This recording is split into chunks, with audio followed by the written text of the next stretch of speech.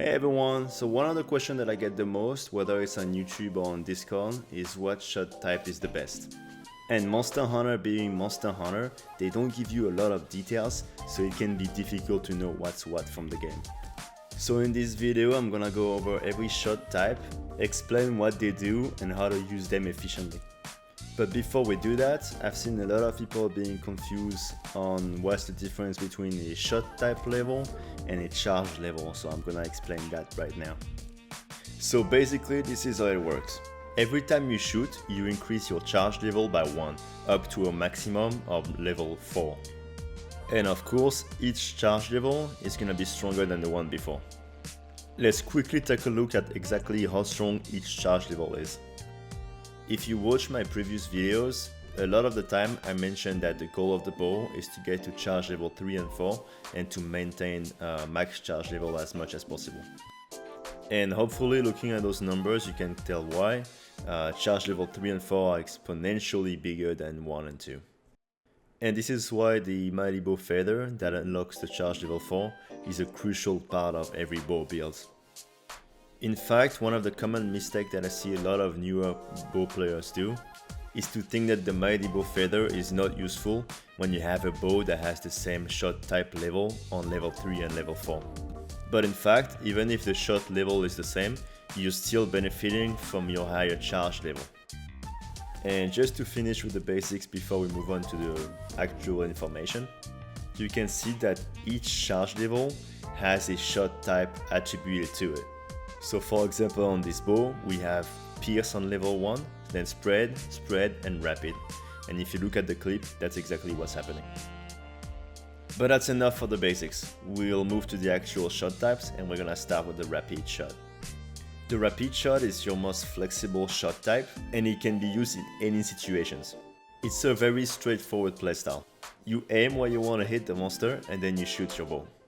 The only thing you want to be mindful of is your positioning. If you're too close to the monster when you have the power coating equipped, you will suffer from a damage penalty of about 20% of your roll damage. So just be mindful when you have your power coatings equipped to stay at medium range as much as possible. And the last thing about the Rapid shot is that it has a maximum of 4 arrows. To be more precise, you get 2 arrows for shot type level 1 and 2, you get 3 arrows for Rapid level 3, and you get 4 arrows for Rapid level 4 and 5. So you really want to make sure that the bow that you're using has at least Rapid level 4 at the end, or you'll be missing an arrow. If I take the example of the Evans Glaze, which is the ice bow, you can see that it has excellent stats. It has very high element, decent roll, and it has element exploit. However, despite all of that, since it only has Rapid level 3, the Rampage Ice Bow still is better because it has the 1 extra arrow. So to finish on the Rapid bows, but I'll come back to them later, they are the most consistent and the easiest bows to use. So if you want to focus on only one shot type, this is definitely the one. Okay, so let's talk about spread bows now. So the obvious difference between the spread bows and the Rapid bows is that the spread shot is very wide compared to the Rapid shot that is very concentrated.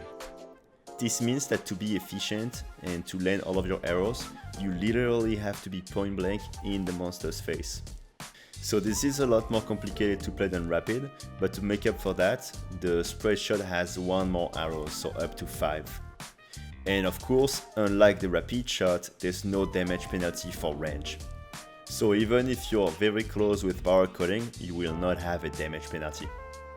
In theory, with everything being equal, so same bow stats, same armor efficiency, and you can play Spread perfectly, then in that situation, Spread has potentially more damage than Rapid just because it has the extra arrow. However, and this may change, but as of right now, before the first update, all the Spread bows are pretty bad. But let's consider that we had a good Spread bow. Then, to use Spread efficiently, you want to use it on a monster that stays close to you.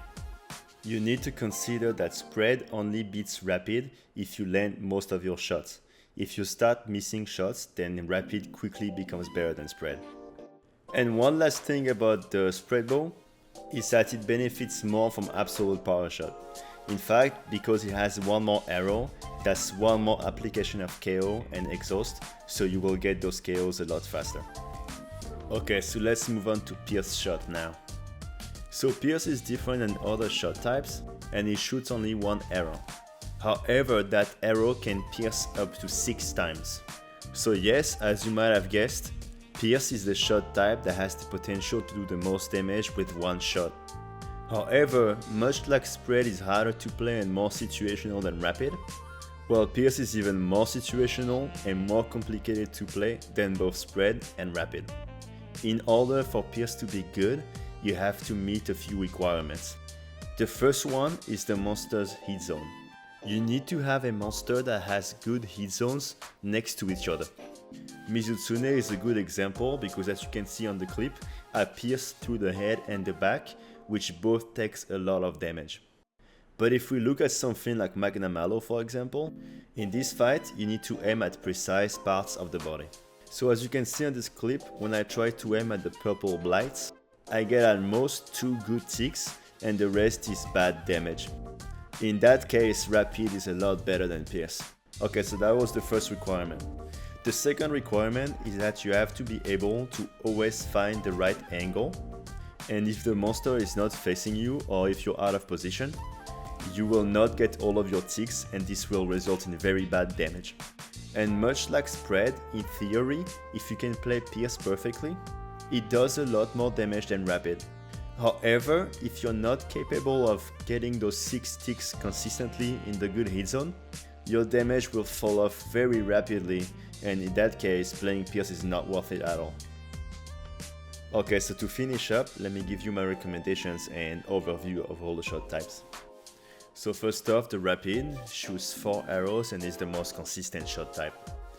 I think overall this is gonna be the most used shot type, and especially in a casual setting, this is the shot type that you can get the most out of. Spread shot is the weakest shot type right now, but it's mostly because we don't have any good spread bows and the spread armor pieces are not so good either. Hopefully in the coming updates we get better gear for spread, and I think once we do, we'll start seeing more use for the spread shot. Even in a casual setting, it is still harder to play than Rapid, but I think some matchups work pretty well with spread. So as we get more used to it as a community and we start to get better gear for spread, I can see this shot type being more used in the future. Okay, so now let's talk about Pierce finally.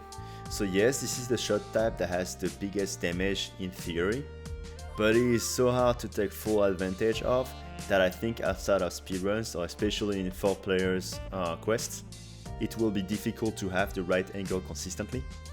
And if that's the case, you're not using the full potential of the Pierce bow, and I think in most situations using Rapid will serve you better. Of course, there will be special cases like the final boss that is very good for Pierce even in a multiplayer setting because the boss is just so big. Okay, that's pretty much it for me. This was a very difficult video to make just because there is so much to talk about. The decision making when it comes to shot type is very difficult because there is a lot of variable. Whether it's the gear, the bow, the playstyle, or the matchup, they're all gonna affect what shot type you're gonna choose to use. But hopefully this gave you a rough idea of what each shot type is good at.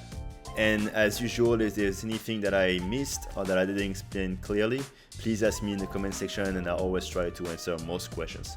Alright, thank you, see you next time.